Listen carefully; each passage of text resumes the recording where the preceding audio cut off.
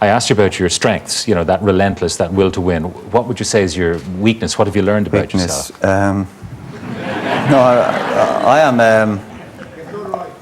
I'm very impatient. And, when it comes to Ipswich, that might be a bit of a problem, you know. Well, it might be, and that's something I'll have to deal with. Yeah, the impatient side of it, particularly in football nowadays, you do try.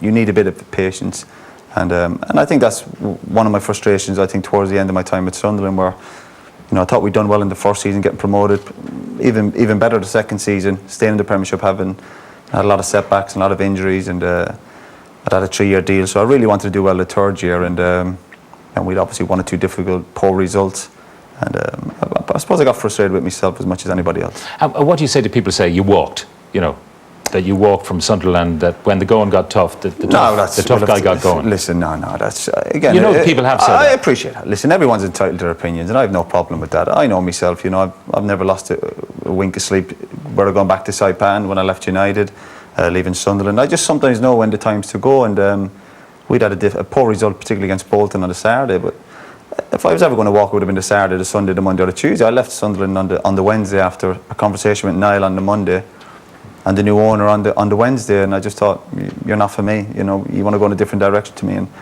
again, from the outside it might look, but I was very relaxed. I just felt it was the right decision for everybody, and I still feel it was the right decision. Looking forward, I mean, we wish you the very best with Ipswich and hope you get them promoted in a year or two. Looking beyond that, because, I mean, clearly management is a learning curve. You learned so much about yourself and about what's required of a manager in Sunderland. You're going to learn more in Ipswich. Do you ever see yourself looking to the national side and managing them a little bit down the road? Well, it's amazing. I've been at Ipswich a week now, and people are asking me about the Irish manager's job. Well, no, the reason I'm asking is that you know, some people thought that Sunderland was an exercise in management. You did it. You ended up saying, "I don't like this. I'm walking away." But clearly, you want to be a manager. You want to have a career. I like being a manager, and I was very comfortable in terms of even the difficult situation we had at Sunderland. We had a difficult year when I got there, and the year when we got promoted. So it's just when people move goalposts on me, and I feel I can't trust them. That's when I say, "You're not for me." And it was the same even my time at United when me and the manager sat down, we shook hands. There was no big drama. It was just, listen, we've come to the end. It's over, and that was the same as I said at Sunderland. So this management, you're on about learning. You're going to be learning every day. You know, as I said, I've been at Ipswich a week, and even my first week at Sunderland, people are saying, "Is it a stepping stone to the United job?" It's crazy. All I can do is focus on the job in hand, and basically not look too far down the road. Well, the reason I was asking this is because one of the big dilemmas that Giovanni Trapattoni has, and he's done, you know, very well, is the Stephen Ireland question. I mean, everyone recognises that the Irish team would be much better with Stephen Ireland in the squad, and I know that's your view. How would you go about persuading your fellow Corkman to play for his country? Well, it's very difficult. I think it's dangerous for me to be second-guessing what's going on there. I've never met the lad Ireland. I don't know his background. I don't know the reasons for not playing, and I'm pretty sure the manager, Mr. Trapattoni, has made an effort. And you know, we've got to respect the lad Ireland. If he doesn't want to play, whatever it might be, that we don't know, we're all guessing, then you've got to respect it. Yeah. I'm just wondering if you felt there was any chance, a glimmer of hope, you do anything to get him back, because he's a good player. Yeah, I'm just wondering, does he need a translator, a man who speaks Cork? well, the lad Ireland's from Cove, you know. I'm from Cork. It's slightly different. But I know what you mean. But you know what I mean? It's someone who... Yeah, I appreciate that. No, if I was at his club team and I thought I could, you know, if I ever bumped into him in the street, you know, my advice would be, it is a short career. You know, it is over before you know it. But also, he might sit down and say, "These are the reasons I'm not playing." You go, "Well, I understand that as well." Those. Yeah, of course. As much as we all scratch our head at wondering why people make decisions, and still reports through the media of why a player might be doing something, we really don't know until you spoke to the lad. Yeah, you seem very much at peace with yourself at the moment. You know, in a good place. I always am, Pat. I just sometimes, again, you know, I grow a beard. People think I'm depressed. You know, it's amazing. Me, my wife and my kids, we laugh at whatever that might be out there about me. In Sunderland, on the touchline, you didn't get rattled. You didn't shout and roar at the fourth official. You didn't jump up and down. And people were saying he's in the Zen mode, you know.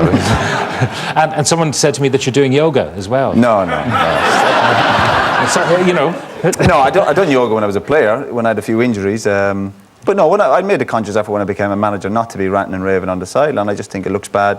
It doesn't do any good for the players. I know that for a fact. And trust me, I did lose it, but when I lost it, I tried to lose it just in the dressing room with the players. Yeah. And I've done that many times. I lost it last Saturday with them. But you keep it in the dressing room. I just think it looks bad on the side for a manager ranting and raving, especially at every decision. It's different if it's a major decision like a penalty. Yeah, you can get upset, but I've seen managers and I've studied managers in other sports where they're losing it at every decision, and then I think it loses its point, really. Yeah. Does it make any difference to those officials? Not a blind bit of difference? No, I don't think so. Can't intimidate them into... No, you can try in the tunnel with some of them, or maybe before the game, but I've been okay with the referees as a manager. Obviously, I had my problems as a player, but I've been fine with the officials. I have to say, I've got good And what would you do in the tunnel? Give them the evil eye sort of thing? Not evil eye, but just, come on, help us out, you know, if we feel if he's like on Saturday, the referee gave a penalty against us, he was giving lots of decisions against us, and I just looked at him at half-time and basically, come on, you know, there's two teams out there. Yeah, all right. So that was not quite the evil eye, but a little encouragement to help you along the way. What will keep you happy in the coming season? What do you think is the minimum you will expect? Well, we'll certainly be in the mix in terms of the top 6 or 7 in terms of playoffs.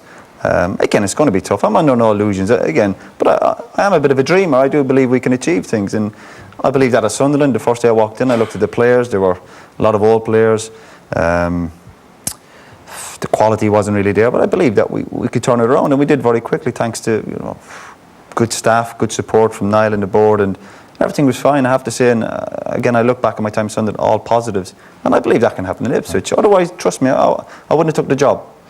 Well, you're only a week in the job, and yet you've taken time out to come over to Ireland to support your favourite charity, the Irish Guide Dogs for the Blind.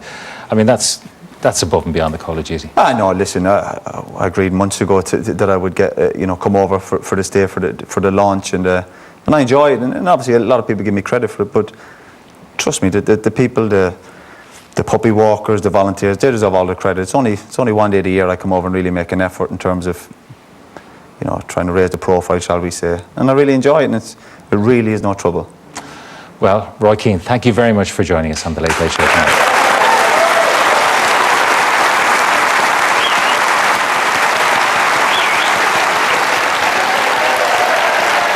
For people who want to support Roy's favourite charity, the Irish Guide Dogs for the Blind, their Specsavers Shades campaign, that's going on at the moment. If you want to help there, all you do is text the word Shades to 51444 and follow